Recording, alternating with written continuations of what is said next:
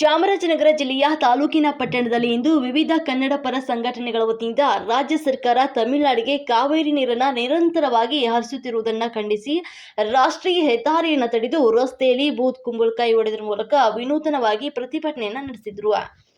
ನಂತರ ಸಂಘಟನೆಗಳ ಮುಖ್ಯಸ್ಥ ಚಾರಮ್ಮ ಶ್ರೀನಿವಾಸ್ ಗೌಡ ಮಾತನಾಡಿ, ರಾಜ್ಯ ಸರ್ಕಾರ ನಿರಂತರವಾಗಿ ದಿನನಿತ್ಯವಾಗಿ ಕಾವೇರಿ ನೀರನ್ನು ತಮಿಳುನಾಡಿಗೆ ಹರಿಸುತ್ತಿದೆ.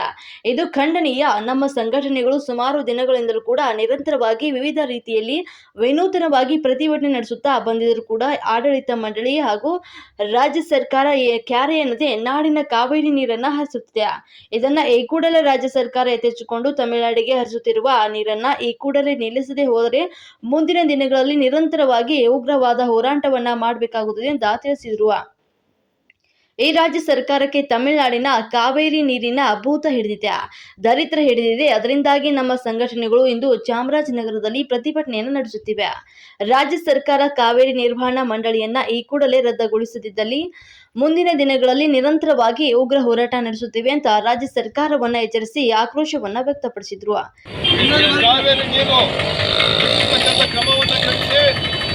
ಚಾಮರಾಜನಗರದಲ್ಲಿ ಬಹುಶಃ ಇತಿಹಾಸದಲ್ಲೇ ಸತತವಾಗಿ 150ನೇ ದಿನ ಹೋರಾಟವನ್ನು ಕನ್ನಡಪರ ಸಂಘಟನೆಗಳು ಮಾಡ್ತಾ ಇವೆ.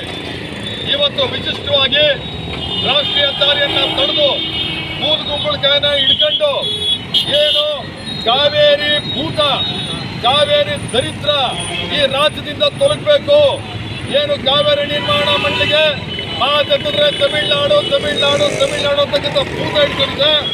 ಆ ಭೂತ ತೊಲಗಬೇಕು. ಮುಂದಕ್ಕಾದ್ರೂ ಕಾವೇರಿ ನಿರ್ಮಾಣ ಮಂಡಳಿಯವರು ತೀರ್ಪನ್ನ ಕೊಡ್ತಕ್ಕಂಥ ಸಂದರ್ಭದಲ್ಲಿ ರಾಜ್ಯದ ಪರ, ಕರ್ನಾಟಕದ ಪರ ಕೊಡಬೇಕು ಅಂತೇಳಿ ಒತ್ತಾಯವನ್ನ ಮಾಡ್ತಾ ಬೂತ್ ಕುಂಬಳಕಾಯಿ ನಾವು ಇವತ್ತು ಹೊಡೆದಿದ್ದೀವಿ. ಜೊತೆಗೆ ರಾಜ್ಯ ಸರ್ಕಾರಕ್ಕೆ ಒಂದು ರೀತಿ ತಮಿಳುನಾಡು ಭೂತ ಹಿಡ್ಕೊಂಡಿದೆ.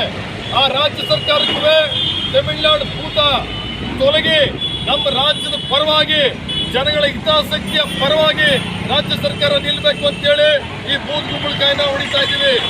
ಜೊತೆಗೆ ಕೇಂದ್ರ ಸರ್ಕಾರ ಮಧ್ಯಪ್ರವೇಶ ಮಾಡಿ ತಮಿಳುನಾಡು ಭೂತವನ್ನು ಓಡಿಸಿ ಕರ್ನಾಟಕಕ್ಕೆ ನ್ಯಾಯವನ್ನು ದೊರಕಿಸಿಕೊಡ್ಬೇಕು ಅಂತ ಹೇಳಿ ಇವತ್ತು ಬೂತ್ ಕುಂಬಳಕಾಯಿನ ಹೊಡಿತಾ ಇದ್ದೀವಿ.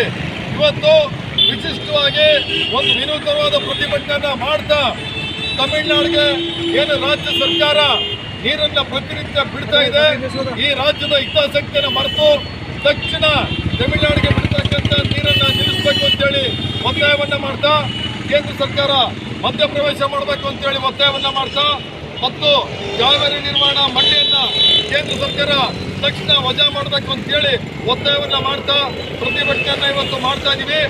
ಎಲ್ಲಿಯವರೆಗೆ ಕರ್ನಾಟಕದಿಂದ ತಮಿಳುನಾಡಿಗೆ ಕಾವೇರಿ ನೀರನ್ನ ಬಿಡ್ತೀರಿ ಅಲ್ಲಿಯವರೆಗೆ ನಿರಂತರವಾದಂಥ ಹೋರಾಟವನ್ನು ಚಾಮರಾಜನಗರದಲ್ಲಿ ಮಾಡ್ತೀವಿ ಅಂತೇಳಿ